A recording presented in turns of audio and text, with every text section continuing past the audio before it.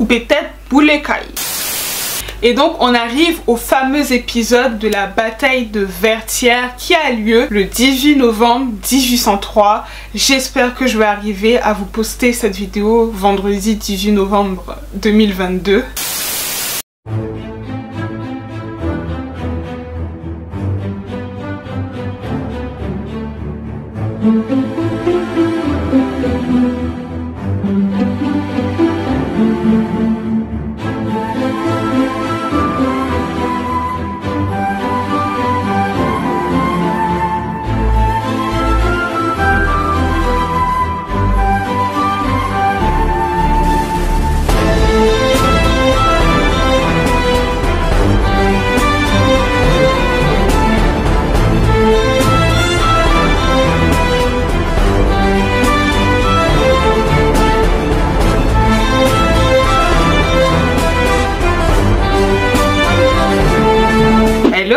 On se retrouve dans une nouvelle vidéo assez particulière car c'est une vidéo histoire, l'une des catégories de vidéos que je fais sur ma chaîne et que je préfère. Comme je vous l'avais promis il y a quelques temps de cela, on se retrouve pour parler non seulement de l'expédition de Saint-Domingue mais aussi de la bataille de Vertières car à l'heure où je filme cette vidéo, nous sommes à quelques jours du 18 novembre. Et le 18 novembre 1803, c'est à cette date que s'est déroulée cette bataille épique. Alors pour ceux qui ne le savent pas, il y a quelques temps de cela, j'ai fait une vidéo intitulée La vérité sur Haïti qui traitait de la révolution haïtienne. Et dans cette vidéo, j'ai fait pas mal de promesses, dont celle de vous faire une vidéo sur la bataille de Vertières. Alors dans cette vidéo aujourd'hui, je ne vais pas reprendre tout ce que j'ai dit dans cette vidéo. Donc si vous n'avez pas encore vu cette vidéo, je vous invite à aller la regarder. Elle sera dans un petit i juste là pour que vous puissiez la voir. Et même si vous avez déjà vu cette vidéo, vous pouvez la revoir pour vous remettre le contexte en tête. Mais rapidement, nous sommes en 1791 et plus précisément en août 1791. La plus grande révolte servile du monde a débuté. Et elle se déroule à Saint-Domingue, actuel Haïti. Ce sont plus de 500 000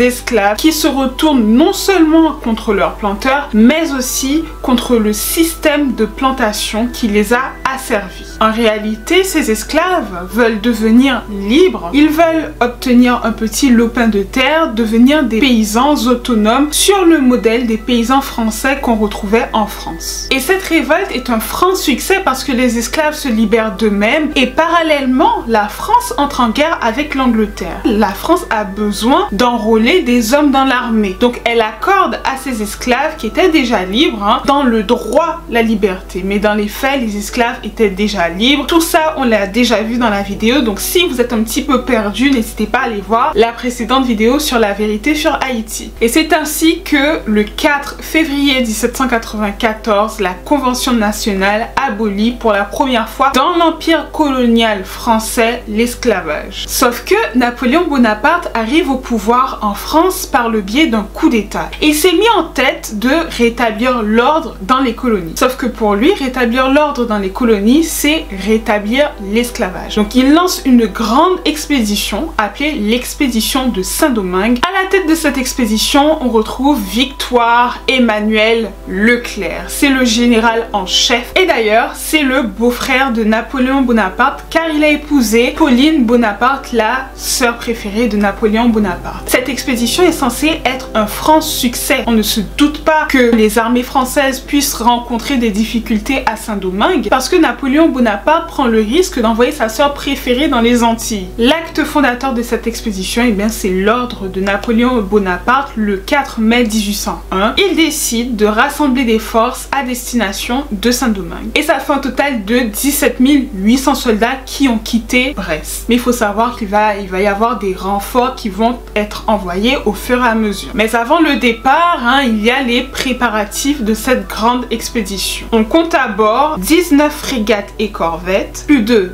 20 000 hommes et femmes lors du débarquement. Comme je vous le disais, il y a 163 femmes et 59 enfants. Mais au total, l'expédition va comptabiliser 43 629 hommes. 28 vaisseaux dont le Scipion, le Duquesne, le Patriote, le Norvin, l'Océan, le Mont Blanc, le Neptune, le Révolution, le Jean-Jacques Rousseau, le Banel et il y a 5 vaisseaux espagnols. Bon, bien évidemment, je ne vais pas citer tous les noms des vaisseaux. Ensuite, on embarque 62 300 barils de poudre, 600 525 cartouches, il y a 328 officiers qui sont à bord, 80 chevaux, 3 mules et 120 000 amorces. Comme le dit Toussaint Louverture lui-même, c'est toute la France qui débarque à Saint-Domingue. 2/3 de la marine française qui sont mobilisés. C'est la plus grande expédition navale du Premier Empire, c'est la plus grande expédition navale du règne de Napoléon Bonaparte. Et pourquoi Napoléon Bonaparte décide de lancer une expédition d'une telle ampleur? Eh bien tout simplement parce que Toussaint Louverture, vous savez, le général noir qui a gravi petit à petit les échelons de la colonie pour se placer au sommet de la colonie, il prend une orientation indépendantiste. La colonie de Saint-Domingue se dote d'une constitution. Et comme on l'a vu dans la précédente vidéo, une colonie, elle est sous la dépendance d'une métropole.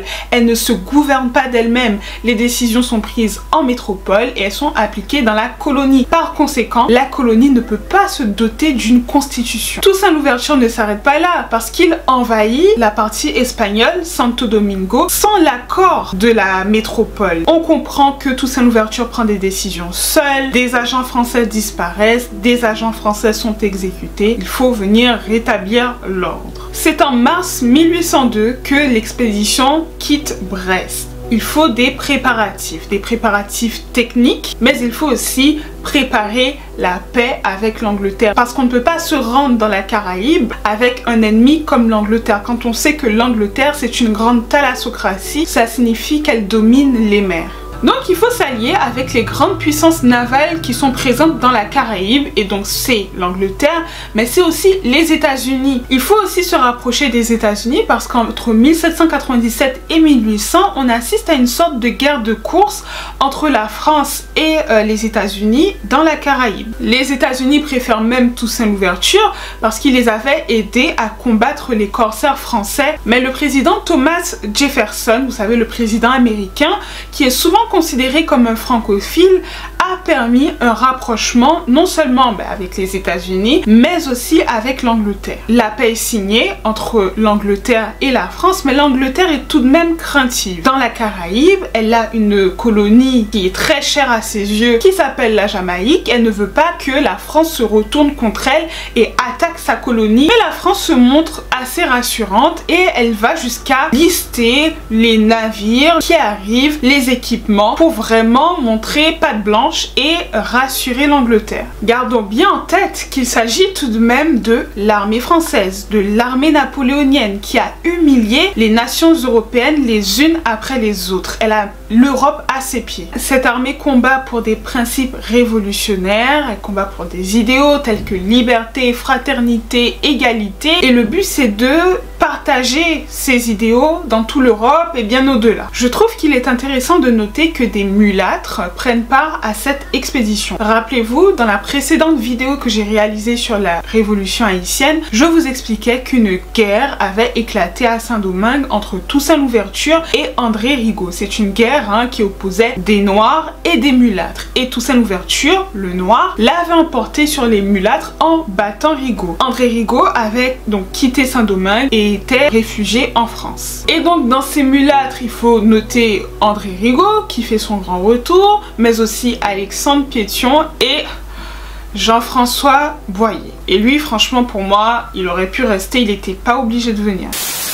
Cependant, le général en chef de l'expédition, Emmanuel Leclerc, est pris d'un sentiment de supériorité, je dirais même de mépris envers les généraux noirs et mulâtres. Et je pense que c'est sa première erreur. En plus de ça, il faut rajouter une ignorance en matière coloniale, en géographie des Antilles. Et c'est pour moi sa seconde très grande erreur qui va lui être fatale. Ce dernier a complètement sous-estimé la révolte indigène, et pour vous montrer la méconnaissance de Leclerc en matière coloniale dans la géographie des Antilles, il demande un régiment de dromadaires à l'expédition de Saint-Domingue. Alors, des dromadaires aux Antilles, c'est pour faire quoi en fait? Tu n'es pas en Égypte, il n'y a pas de désert.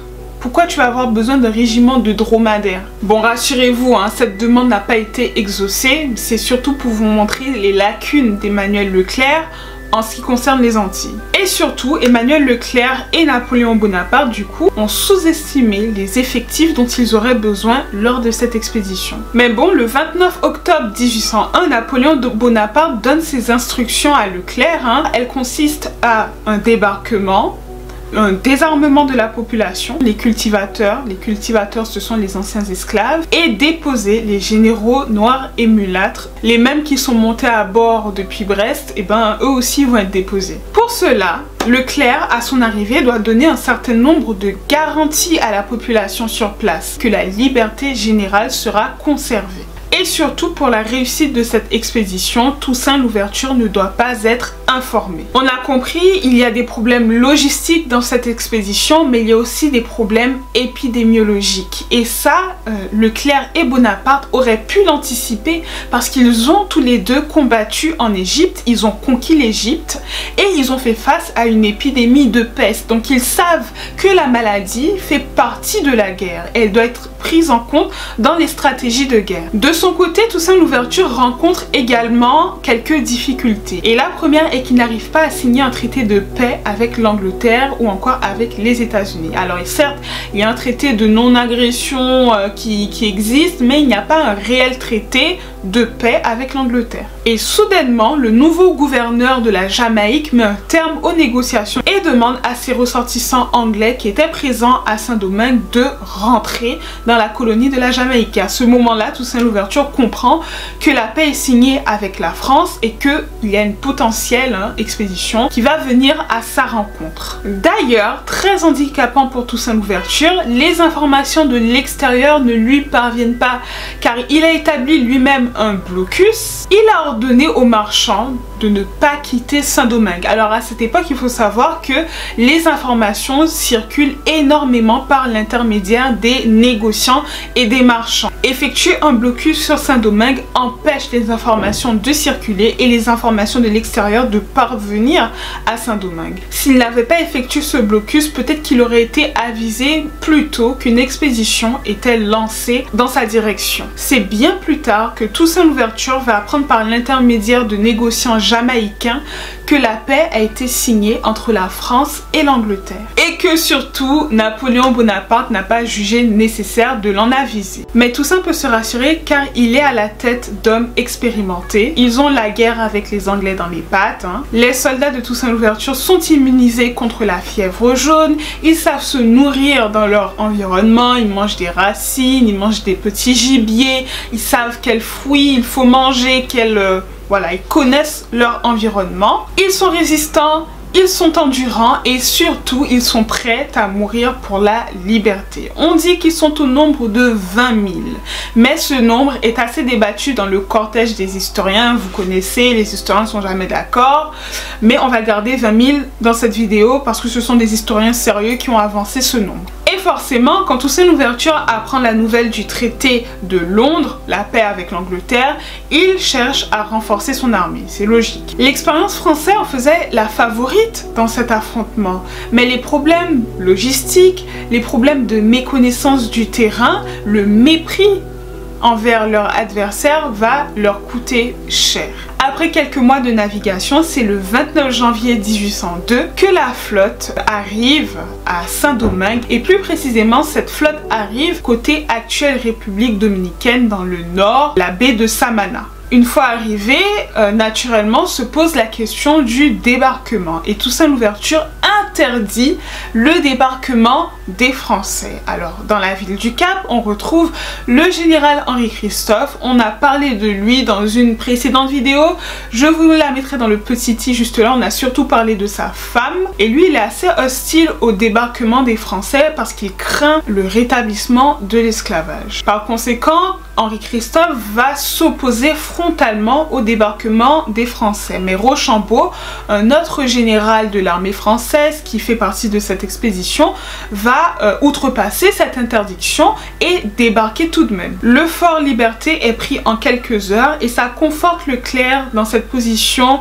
dans cette idée que le débarquement se fera très facilement et que la pacification de Saint-Domingue ne causera pas trop de problèmes. Confiant, Alors Leclerc, lui, va décider de débarquer plus à l'ouest, à Port-Margot, et il décide de marcher vers le Cap. Rochambeau, lui, viendrait depuis l'est et descendrait depuis le Fort Liberté vers le Cap français. Rochambeau finit par prendre le Cap, mais Henri Christophe, décide de brûler la ville avant de s'enfuir. Et c'est la politique de la terre brûlée qui est pratiquée pendant tous les combats, pendant toute la révolution haïtienne.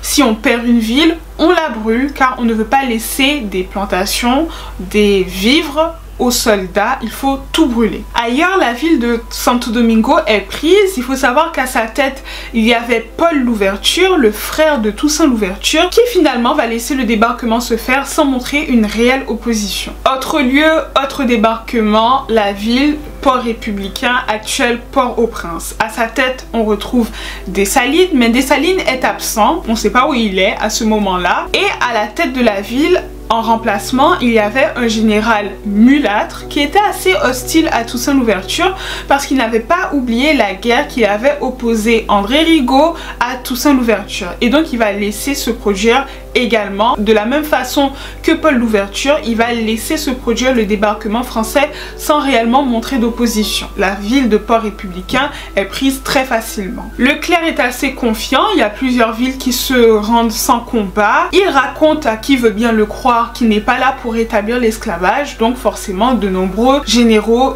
noirs et mulâtres vont se rendre. Ce n'est pas le cas de la ville de Port-de-Paix parce qu'on retrouve le général Maurepas, tout dépend de comment on l'écrit, à la tête de cette ville. Alors certes, le général Maurepas est un francophile, mais il est très fidèle à Toussaint Louverture, donc il choisit de ne pas se rendre. Néanmoins, on voit tout de même une fracture se dessiner dans le clan Louverture, car il faut savoir que Toussaint Louverture a deux fils. Ses fils étudiaient en France.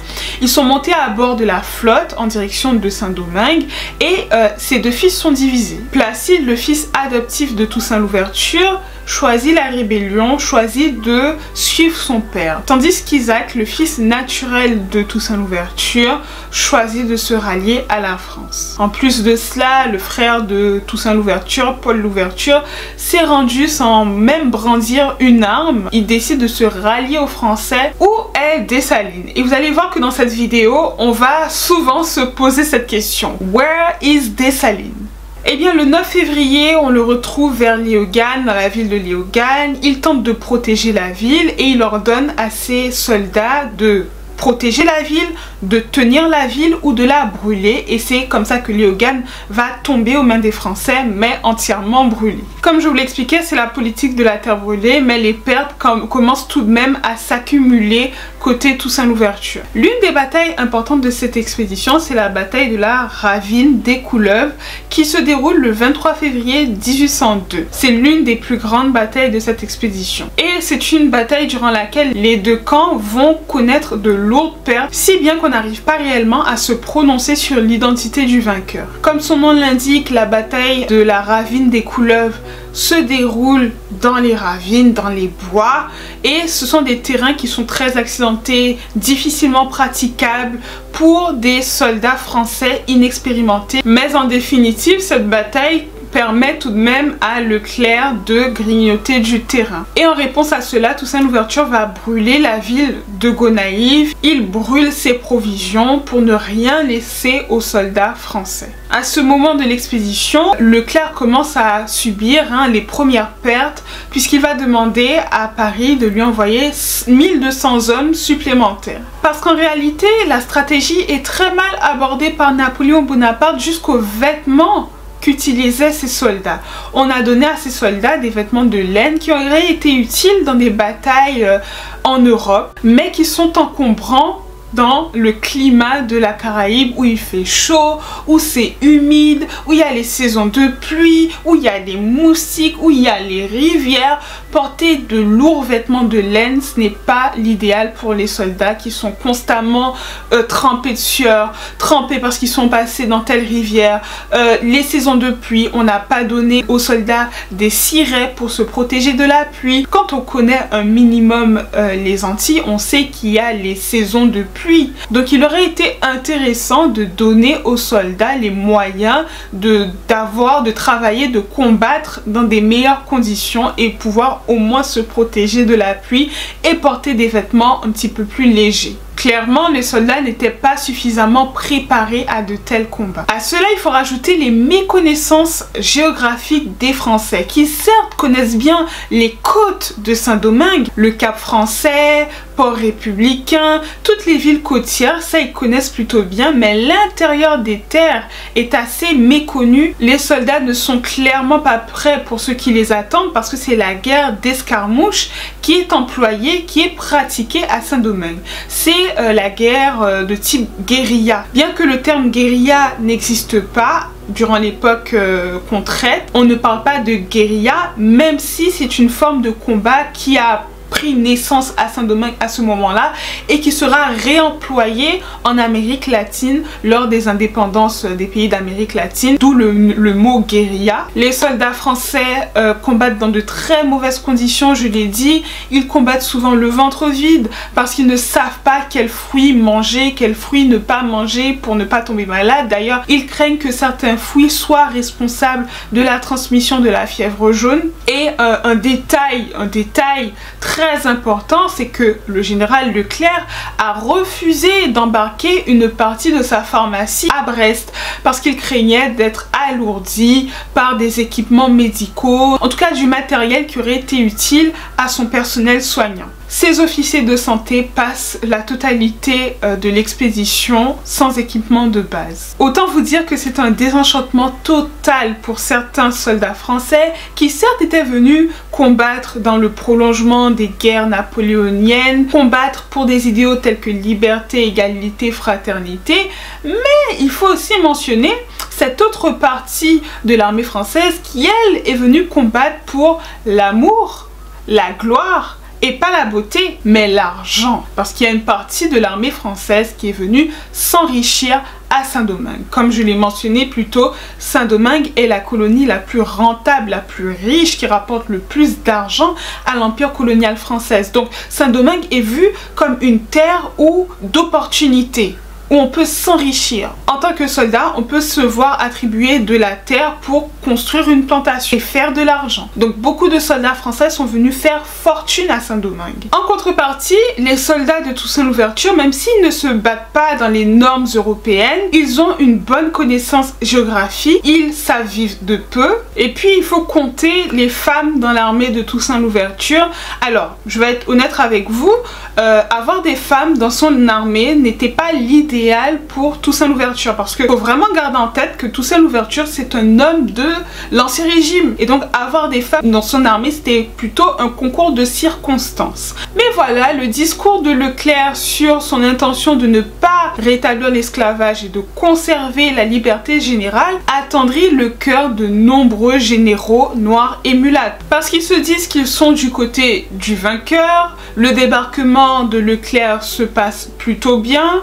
Et surtout, ce qu'il faut comprendre, c'est que de nombreux généraux noirs et mulâtres possèdent eux-mêmes des plantations. Ils ont des intérêts dans leurs plantations.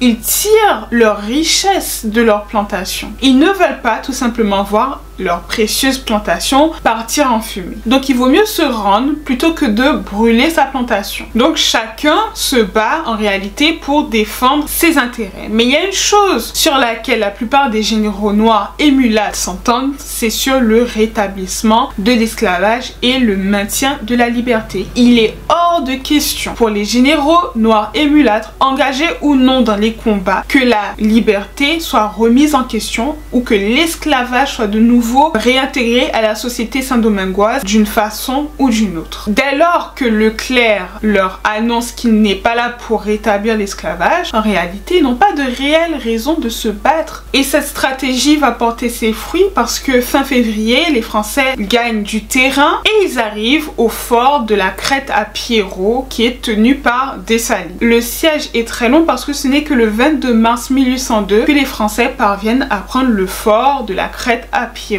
On compte à ce stade-là 600 morts, 500 malades, 1200 blessés et tout autant de personnes qui ne sont pas en capacité de se battre. Toussaint Louverture est de plus en plus isolé parce que je vous ai dit que le général Maurepas, qui était pourtant très fidèle, a fini par se ranger du côté français. Et il faut aussi compter la désertion du général Christophe, Henri Christophe. Et en plus de se rendre, il va indiquer aux soldats français l'emplacement des armes dans la plaine du Nord de Toussaint Louverture. À ce stade, seul Dessalines reste fidèle, entre guillemets, parce qu'il est aussi impliqué dans les événements qui vont suivre. No spoiler. Le 29 avril, Toussaint Louverture entame des négociations avec général Leclerc. C'est dans l'avantage de Leclerc qui a quand même perdu 5000 hommes, soit morts, soit blessés, soit malades. Le 7 mai 1802, Toussaint Louverture et le général Leclerc prennent rendez-vous pour signer la paix. C'est la reddition de Toussaint Louverture. Et à ce moment-là, Dessalines aussi va se rendre. La scène saint-domingoise est assez partagée parce que les planteurs blancs sont indépendantistes en réalité et ils sont assez opposés à l'idée de voir une armée française débarquer à Saint-Domingue. Également, le général Leclerc, lui, il est plutôt républicain, il est républicain, il est assez opposé et méfiant envers les planteurs blancs. Mais tout de même, de nombreux Français qui avaient quitté Saint-Domingue depuis 1791, depuis le début de la révolte, de la grande révolte servile, reviennent. Beaucoup sont situés à Cuba, ils vont revenir de Cuba. Mais bon, pourquoi revenir dans une colonie qui n'est pas entièrement tenue par les Français? Parce que comme je vous le disais, les Français méconnaissent l'intérieur des terres, mais surtout, ils ne maîtrisent pas l'intérieur des terres. Les populations sont encore révoltées, les cultivateurs ne travaillent pas dans les plantations. Pourquoi revenir quand on sait que la rentabilité de Saint-Domingue est surtout dans la rentabilité de ces plantations? L'intérieur des terres n'étant pas maîtrisé par les Français, Saint-Domingue n'est pas encore rentable. Et surtout, la question du rétablissement de l'esclavage n'est pas encore tranchée. Pour que les plantations soient rentables, il faut qu'il y ait une main-d'œuvre docile, gratuite, servile sur les plantations. Leclerc était censé déporter les généraux noirs et mulâtres dès son arrivée à Saint-Domingue. Il ne l'a pas fait parce qu'il avait besoin de leur reddition, il avait besoin parfois de leur aide pour l'aider à combattre Toussaint Louverture. Il a également besoin de leur aide dans la campagne de désarmement de la population. D'ailleurs, le général Leclerc se lance dans la tâche qu'on lui a confiée, qui est de rétablir l'ordre dans la colonie. Et donc pour cela, il doit effectuer une réforme agraire, politique, financière et diplomatique. Autant vous dire qu'il a du pain sur la planche. Et Toussaint Louverture, lui, pendant ce temps, il vit paisiblement dans sa plantation d'Ennery. Il me semble que c'est près de Gonaïves. Et surtout, le général Leclerc doit travailler avec des généraux tels que Dessalines, tels que Henri Christophe, qui sont prêts à lui planter un couteau dans le dos à la première occasion. Finalement, Toussaint Louverture n'est pas si paisible que ça parce que des complots sont organisés, des agents français sont assassinés et on comprend bien que c'est Toussaint Louverture qui est derrière toutes ces manœuvres. En voyant cela, le général français Jean-Baptiste Brunet se lie d'amitié, il tente de gagner la confiance de Toussaint Louverture et il lui donne un rendez-vous afin que Toussaint Louverture lui donne des conseils sur une nouvelle plantation qu'il a acquise. Mais en réalité, c'est un piège, c'est un guet-apens, c'est une embuscade. Toussaint Louverture est capturé. Sa résidence est pillée et Toussaint Louverture et sa famille est déporté à bord du navire Le Héros le 15 juin 1802. Il va mourir en captivité au fort de Joux en France et quand Toussaint Louverture est capturé, il faut savoir qu'il n'y a pas eu de réelle révolte dans la colonie. Pourquoi cela? Parce que Toussaint Louverture avait fortement combattu les généraux mulâtres dans la guerre qu'il avait opposée à André Rigaud. Et en plus de cela, il était connu pour être très autoritaire dans la colonie, les cultivateurs le craignaient et il était assez impopulaire. Donc c'est pour ça qu'il n'a pas eu de réelle révolte lorsque Toussaint Louverture a été capturé. Mais ne vous en faites pas parce que dans le récit de cette expédition, il y a un nouvel acteur, un grand acteur qui mérite même d'être oscarisé qui va faire son apparition. J'ai nommé la fièvre jaune. Alors je sais pour vous la fièvre jaune, hein, vous voyez très vaguement ce que c'est. Mais sachez que les contemporains de Toussaint Louverture, surtout les Blancs, craignaient particulièrement la fièvre jaune. Et rappelez-vous, comme je vous le disais, le général Leclerc avait pris la décision de laisser une grande partie de sa pharmacie à Brest et de laisser derrière lui des équipements qui lui auraient été très utiles dans la gestion de l'épidémie. La fièvre jaune, c'est une maladie d'origine tropicale, d'origine africaine, qui se transmet par l'intermédiaire du moustique. Et c'est une maladie qui est assez méconnue des Européens. Mais tout d'abord, on va faire des propositions au général Leclerc. On va lui demander de disperser dans les mornes les soldats français. Il va refuser de peur que disperser, les forces soient amenuisées et qu'ils soient finalement victimes des attaques des rebelles. Mais disperser ces soldats dans les mornes, ça aurait limité la propagation du virus parce que c'est dans les mornes où il y a plus d'air. L'épidémie en fait se serait moins propagée. La seconde erreur dans la gestion de l'épidémie de la fièvre jaune par Leclerc, c'est d'avoir refusé une campagne d'assainissement des eaux de la ville du Cap parce que la ville du Cap était particulièrement atteinte par l'épidémie et Leclerc a refusé de traiter les eaux de la ville, certainement parce que ça lui aurait coûté trop cher. D'ailleurs, Leclerc n'a pas beaucoup d'argent. Et bien les cas de fièvre jaune se sont multipliés dans la ville du Cap et plus globalement dans la colonie. L'armée du général Leclerc se désintègre et il est vraiment très inquiet dans ses lettres. Le général Leclerc a perdu 27 de ses officiers généraux et ça crée une sorte de paranoïa côté français. On a peur de tomber malade, on ne sait pas exactement d'où vient cette maladie, on ne sait pas comment la guérir et en plus de ça, dans le personnel médical, on va perdre 119 médecins et pharmaciens. Donc on perd confiance également dans ce personnel médical qui n'arrive pas à contenir cette épidémie. Beaucoup de malades vont se retourner vers les femmes de couleur qui pratiquent la médecine traditionnelle et qui ont un éventail de remèdes très large. Elles sont employées dans les hôpitaux. En automne 1802, cette grande flotte qui a été envoyée à Saint-Domingue ne possède plus que 3 vaisseaux et son équipage est diminué de 2/3. Or, la maladie fait partie intégrante de la stratégie de guerre et Napoléon Bonaparte ainsi que le général Leclerc qui ont combattu en Égypte et qui ont fait face ou qui ont dû échapper, fuir une épidémie de peste, ils auraient dû anticiper l'éventualité qu'une épidémie puisse les toucher à Saint-Domingue. Mais comme on ne connaît pas réellement le territoire sur lesquels on va combattre et comme on arrive avec un excès de confiance, eh bien on est frappé de plein fouet par la fièvre jaune. Et pour ne pas aider, les techniques de combat des guérillas qui sont pratiquées à Saint-Domingue forcent les soldats français à quitter les mornes, les lieux les plus sains, comme je vous le disais, de la colonie dans l'air. Leclerc est lui-même découragé parce qu'il va demander de nombreuses fois à la France de façon répétitive dans ses lettres destinées d'une part au ministre de la Marine Descresses mais aussi à Napoléon Bonaparte. Il va demander sans cesse son rapatriement vers la France avec sa famille. Il est complètement découragé. Alors imaginez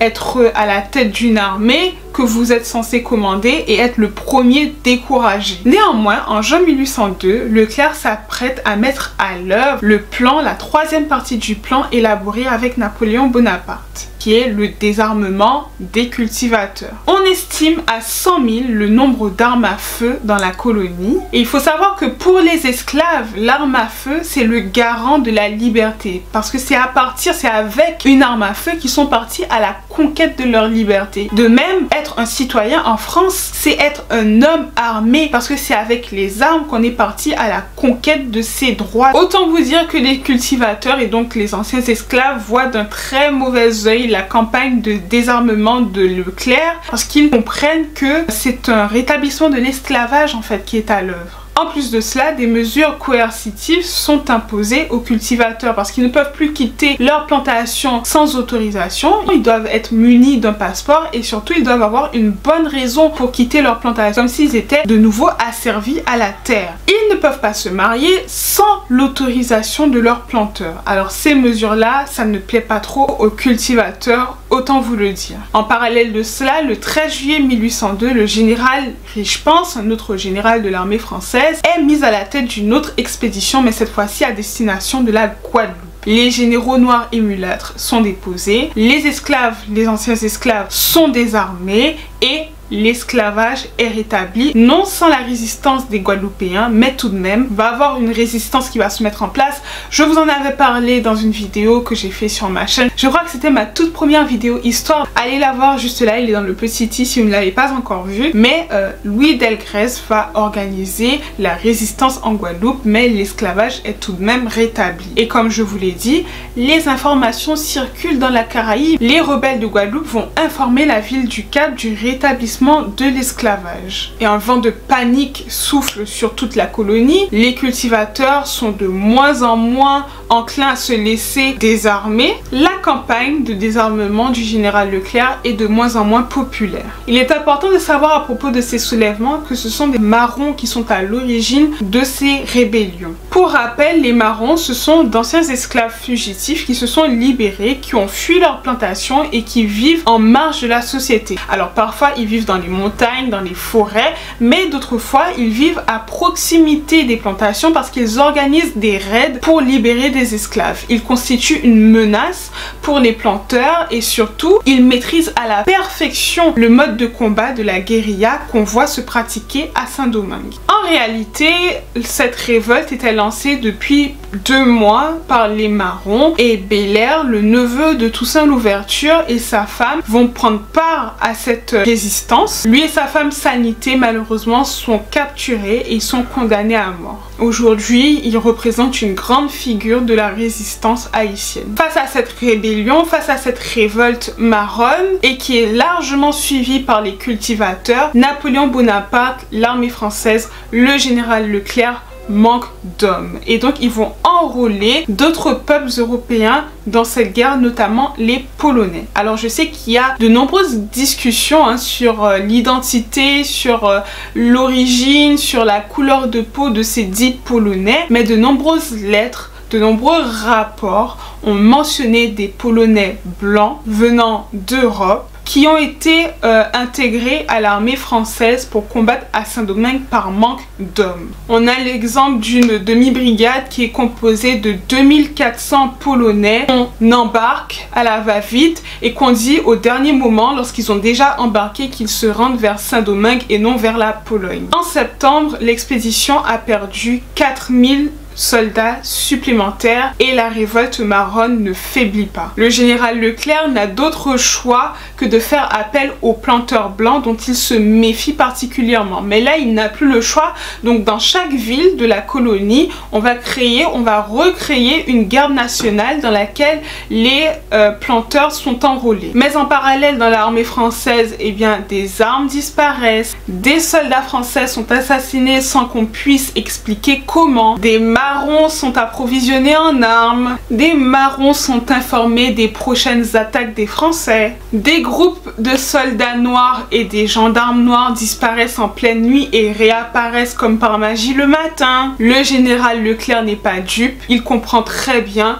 que les généraux noirs et mulâtres présents dans l'armée française ne sont pas des alliés, mais ils sont des rebelles en puissance. L'armée française est infiltrée. Pour la première fois, Leclerc fait une proposition d'exécution de masse au ministre de la Marine Descresse et il dira « J'aurai à faire une guerre d'extermination et elle me coûtera bien du monde ». Dans une autre lettre, le général Leclerc envisage d'exterminer toute vie au-delà de 12 ans. C'est aussi à ce moment-là qu'il ordonne d'effectuer des noyades de masse. En ce qui concerne les Polonais, eh bien la tradition haïtienne dit que la plupart des Polonais ne prennent pas part au massacre. Mais ce sont les noyades de masse qui vont pousser les unités coloniales à déserter. Et surtout, c'est la rumeur du rétablissement de l'esclavage qui va pousser bon nombre de généraux noirs et mulâtres à déserter. Et quand ils désertent, ils embarquent toute leur brigade avec eux. Le 13 octobre 1802, Augustin Clervaux et Alexandre Pétion se joignent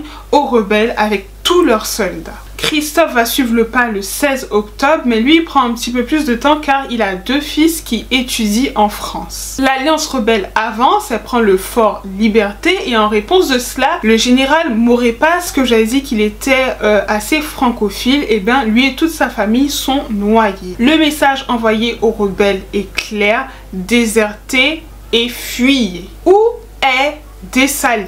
On ne sait pas trop le localiser, il apparaît le matin, il disparaît la nuit. Dessalines apprend un décret de Bonaparte qui consiste à déposséder les généraux mulâtres et noirs qui se sont une fois battus contre la France. Il est clairement concerné, autant vous le dire qu'il est mouillé jusqu'au cou, et quand les forces françaises tentent de l'appréhender le 22 octobre, et bien il en profite pour déserter. En réponse à cela, parce qu'il y a forcément une réponse, plus de 1500 rebelles sont fusillés par les Français dans la ville Port Républicain, actuel Port-au-Prince. Bien heureusement pour nous, le général Leclerc tombe malade. Fièvre, vomissement, soif intense, diarrhée.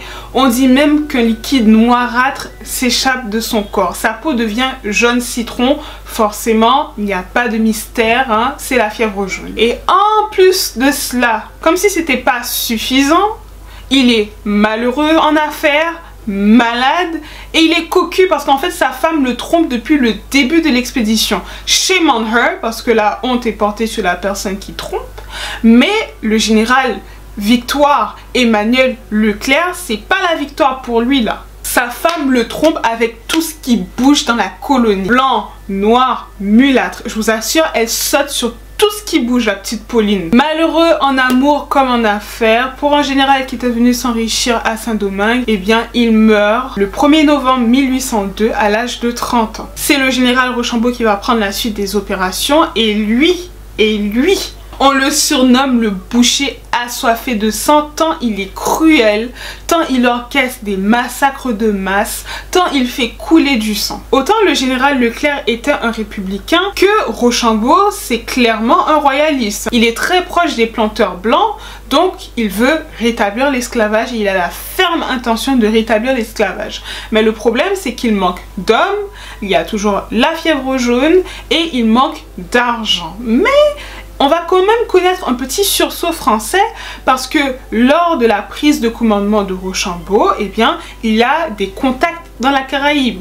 Il maîtrise son sujet, il connaît un petit peu mieux la Caraïbe. Il a des contacts à Cuba, il a des contacts aux États-Unis. C'est d'ailleurs lui qui va exaucer l'un des vœux du général Leclerc de faire venir des chiens mangeurs d'hommes à Saint-Domingue pour s'attaquer aux rebelles. Le sursaut français permet de conquérir les ports. Les ports n'ont pas de réelle valeur quand on ne possède pas, quand on ne maîtrise pas l'intérieur des terres sur lesquelles il y a les plantations. Et surtout, Rochambeau manque cruellement d'hommes. Il n'a plus que 3000 hommes sous son commandement, hors garde nationale. En réalité, ce sursaut français avec la prise de commandement de Rochambeau n'est pas un réel succès. Et surtout, where is Dessalines? Eh bien, ce sursaut français est surtout lié au fait que Dessalines est occupé à combattre les factions qui lui sont réfractaires. Dessalines et Rochambeau se connaissent plutôt bien parce que Dessalines a servi sous les ordres de Rochambeau. Il faut savoir que les deux hommes se détestent mutuellement. Et Rochambeau trouve que Dessalines c'est une brute à qui on confie toutes les missions les plus cruelles pour ne pas avoir à les faire soi-même. Where is Dessalines? Eh bien Dessalines essaie de ranger tous ces groupes éparpillés de rebelles sous son commandement. Il les invite à le rejoindre. Parce qu'en réalité, et quelque chose qu'il est important de souligner, c'est que les marrons, les rebelles, les cultivateurs, les généraux noirs, les généraux mulâtres, tout ce monde ne s'entend pas nécessairement parce que chacun défend son propre intérêt. Les cultivateurs veulent la liberté, ils veulent devenir des paysans autonomes. Les mulâtres, eux, ils ont des plantations, ils veulent que les cultivateurs viennent travailler sur leurs plantations, mais les cultivateurs ne veulent plus travailler sur des plantations. Les généraux noirs ne s'entendent pas avec les mulâtres, mais ils ont aussi des plantations. Les marrons sont autonomes. Voilà, chaque personne défend en réalité ses propres intérêts. Mais il y a une chose sur laquelle tout le monde s'entend. C'est que l'esclavage ne doit pas faire sa réapparition à Saint-Domingue sous aucune forme. Et il va y avoir des affrontements pour ranger tout ce beau monde sous le commandement de Dessalines et il va y avoir bien sûr des pertes. Le marron, le chef marron sans souci est assassiné et le frère de Toussaint Louverture, Paul Louverture, est également assassiné. Mais de nombreux généraux vont rejoindre Dessalines et on compte Jean-François Capois, retenez bien ce nom. Retenez bien ce nom parce qu'on va y revenir. On a le général Christophe, Augustin Clervaux, André Vernet, Paul Gabard, Pierre Canger, Jacques Romain, Jean-Philippe Dau, Philippe Guerrier et bien d'autres encore parce que je ne vais pas tous les citer, mais il y a beaucoup de généraux qui se rangent du côté de Dessalines. C'est vraiment du génie ce que Dessalines va faire parce qu'il va unir des portions de rebelles, des groupes rebelles, et il va créer une armée. D'autant plus que les généraux rebelles apportent leur expérience de la guerre. Ils ont combattu les Anglais, certains ont combattu en Europe dans les guerres révolutionnaires, donc on apporte l'expérience de la guerre européenne qu'on mène à la guerre de guérilla pratiquée à Saint-Domingue et que les marrons maîtrise à la perfection. Dessalines équipe davantage les marrons et cette coalition a fait d'énormes progrès quand il s'agit d'assiéger une ville. Parce que rappelez-vous, en 1791, quand la révolte des esclaves a débuté, les esclaves se jetaient devant les canons français pensant les arrêter. Et aujourd'hui, on a une armée qui est structurée, qui est bien pensée et qui élabore une stratégie. Et surtout très ingénieux de la part de Dessalines, il combat les Français dans les mers.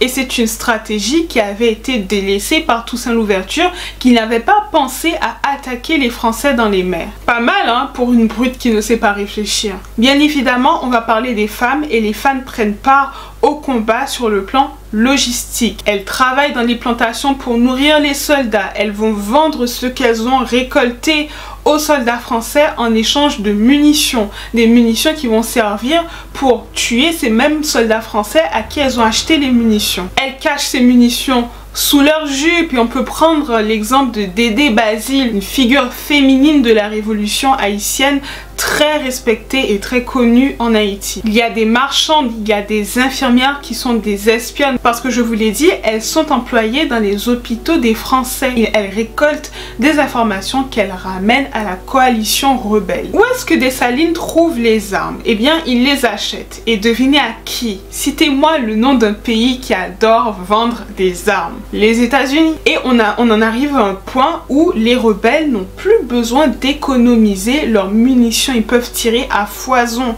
Tandis que les Français, eux, ils manquent de moyens, ils manquent d'argent, ils manquent d'hommes et ils doivent économiser la moindre munition. Dessalines a certes construit une armée, mais il lui reste à bâtir une nation. Et c'est lors de la grande conférence de l'Arcahaie, durant laquelle sont réunis tous les principaux généraux noirs et mulâtres, qu'il va élaborer un projet, qu'il va donner une mission à cette nation. En automne 1803, la guerre franco-anglaise reprend et une victoire est possible pour l'Alliance rebelle. Et attention, utiliser le mot rebelle, c'est se placer du côté des Français. Parce que dans l'idéologie des dits rebelles, eh bien, ils ne se considèrent pas comme étant des rebelles. Pour eux, ils sont dans la continuité de la Révolution française. Ils sont les vrais défenseurs de la Révolution française parce qu'ils se battent pour la liberté. Aussi, il est important de noter, et je trouve qu'on ne le dit pas suffisamment, que de nombreux Français se joignent aux forces des rebelles. Car beaucoup ont une désillusion. Ils sont venus se battre pour la liberté, pour l'égalité, pour la fraternité, ils se retrouvent à priver des hommes de leur liberté. En plus de cela, il y a aussi les soldats qui se battaient pour l'amour, la gloire, pas la beauté mais l'argent, et qui se rendent compte qu'ils ne font pas d'argent, qu'ils ne s'enrichissent pas, et donc ils vont se ranger du côté rebelle. Je trouve que cet argument, il ne faut pas le mettre de côté, il est très important pour contrecarrer l'argumentaire de ceux qui veulent passer la révolution haïtienne pour un génocide dirigé envers les blancs. Comment peut-on faire un génocide envers les blancs quand ils ont eux-mêmes déposé les armes pour se joindre aux forces des rebelles? Les ouvriers français fabriquent des poudres à canon, fabriquent des munitions, ils fabriquent des cartouches et ils savent manipuler les canons. Et surtout, de nombreux Polonais vont se ranger du côté de Dessalines. Les soldats rebelles, eux, ils sont motivés. Et quel chant ils chantaient durant cette guerre? La tradition haïtienne s'est positionnée et de nombreux historiens, je remarque, joignent le pas. Ils chantaient grenadier, grenadier à l'assaut. Sakimouri, Zafayo. N'en point maman, n'en point papa. Grenadier, grenadier à l'assaut. Sakimouri, Zafayo. Par là, il faut comprendre, c'est du créole. Grenadier, grenadier à l'assaut. Point de mère, point de père, ceux qui meurent, ce sont leurs affaires. Grenadier, grenadier à l'assaut. Il y a bien une recrudescence des combats entre la France et l'Angleterre et les soldats français ne peuvent que compter sur eux-mêmes. Il ne faut pas attendre des renforts de la métropole. Rochambeau dit lui-même dans une lettre que la colonie est perdue. Rochambeau décide de s'enfermer dans les villes à la merci des maladies, à la merci de la fièvre jaune et surtout au manque de ravitaillement et au siège que vont lancer les soldats rebelles. Rochambeau espère en fait que la guerre ne va pas durer, sauf que la somme allouée à l'expédition de Saint-Domingue est réduite à 1160 francs, ce qui est vraiment très peu pour une expédition qui se voulait être la plus grande du Premier Empire. D'autant plus que Dessalines peut compter sur l'aide de l'Angleterre qui est une véritable thalassocratie. Que fait Dessalines? Eh bien, il apprend le retour du conflit franco-anglais quand lui-même a réussi à rassembler cette coalition de rebelles. Mais bon, ça ne fait pas des Anglais des alliés parce qu'il faut garder en tête que les Anglais sont des esclavagistes. Ils n'ont pas oublié que les généraux noirs et mulâtres les ont fortement combattus avec les Français. Les Anglais sont des alliés des États-Unis et il y a beaucoup d'esclaves aux États-Unis. Les États-Unis eux-mêmes craignent de voir l'apparition sur la scène internationale d'une nation noire qui soulèverait les autres esclaves, notamment chez elles, et les pousserait à vouloir prendre leur liberté. Mais comme je vous l'ai dit, Dessalines est un fin stratège politique parce qu'il rassure les États-Unis en leur promettant de ne pas soulever les esclaves des États-Unis. Il leur promet aussi la vente de café et donc Thomas Jefferson, le président des États-Unis, laisse se produire la vente d'armes. De toute façon, c'est pas très compliqué, hein. Dès qu'il s'agit de la vente d'armes, les États-Unis répondent présent. Le camp de Dessalines avance en août 1803 puisqu'il ne reste plus que 2 villes aux mains des Français, Port-Républicain et le Cap. La stratégie de Dessalines, c'est d'assiéger les villes pour les réduire à la famine et les forcer à capituler. Jean-Jacques Dessalines bombarde le fort Bisontin qui est sous le commandement de Jean Lavette qui se rend le 5 octobre. Et devinez qui va rejoindre la coalition des rebelles? Quand tout le monde s'est déjà rendu bien avant. Jean-Pierre Boyer, le futur président d'Haïti, l'un des amants de Pauline Bonaparte, qui va aussi accepter de payer la dette d'indépendance. Donc pour moi, franchement, il pouvait rester là où il était. Il n'était pas obligé de venir. Le 15 novembre 1803, les rebelles se rassemblent sur la plantation Le Normand. Et c'est très symbolique parce qu'en 1791, c'est sur cette même plantation Le Normand qu'était partie l'une des plus grandes révoltes serviles au monde. Dessalines est avec les 3e, les 4e, les 11e et les 20e demi-brigades pour rejoindre les 9e, les 21e, les 22e, les 23e, les 24e demi-brigades. Ces brigades marchent jusqu'à Morne-Rouge et elles rejoignent les 1ères, les 2e, les 5e et les 17e demi-brigades qui sont les unités du Nord qui avaient tenté à de nombreuses reprises de prendre la ville du Cap. Pourquoi je prends le temps de citer les unes après les autres chaque brigade? C'est pour vous montrer l'organisation de cette armée. Elle est structurée, les chiffres sont fortement débattus. Comme d'habitude, vous les connaissez, les historiens ne sont jamais d'accord. Certains parlent de 15 000, d'autres de 17 000, d'autres encore de 20 000. L'historien haïtien Thomas Madiou parle lui de 27 000 soldats qui sont sous les ordres de Dessalines, l'une des plus grandes et magnifiques armées jamais vues dans la Caraïbe. Cette armée est aux couleurs disparates, je vous l'ai dit, il y a des noirs, il y a des mulâtres, il y a des polonais, il y a des français qui ont déposé les armes et qui ont rejoint la coalition rebelle. Cette armée est aux uniformes disparates et donc on arrive au fameux épisode de la bataille de Vertières qui a lieu le 18 novembre 1803. Et dans cette vidéo, je vous avais dit que chaque victoire est en fait importante pour gagner du terrain, repousser les Français et elle est importante pour l'indépendance. Mais il faut avouer que la bataille de Vertières est quand même épique. Vertières est un champ de bataille qui est situé non loin de la plantation Breda. Les rebelles désirent s'emparer du fort de Vertières pour avoir accès pour prendre la ville du Cap. Les Français sont en infériorité numérique parce qu'ils sont au nombre de 2700 et il faut ajouter à cela 500 gardes nationaux. La bataille commence le matin. Certaines sources haïtiennes disent que la bataille commence à 5 heures plus précisément. Henri Christophe et Jacques Romain se rendent sur les mornes qui surplombent la ville du Cap pour observer les combats. Et les principaux combats vont se dérouler sur les blocos de la plantation Breda qui donnent accès au fort de Vertières. Parce que le but c'est de prendre le fort de Vertières qui donne un accès à la ville du Cap, le plus grand établissement français dans la Caraïbe et même dans l'Amérique. Et croyez-moi, les Français étaient très attachés à leur ville du Cap français. Les soldats français vont quitter le fort et vont avancer sur les rebelles. De leur côté, les rebelles avancent en chantant vaillamment. Dessalines ordonne qu'on capture une batterie française parce qu'elle bloquait l'accès au fort jusque dans l'après-midi. Et c'est le général Capois qui va diriger personnellement les opérations sous les yeux de Rochambeau, venu observer les combats. Il est à la tête de la 24e demi-brigade. Il va vraiment se distinguer lors de cet assaut. Vous allez voir que Capois la mort n'a pas peur de la mort. Capois la mort va lancer l'assaut en criant « En avant! En avant! En avant !» pour donner du courage à ses hommes sous une pluie de canons français. Le chapeau de Capois est touché par un canon.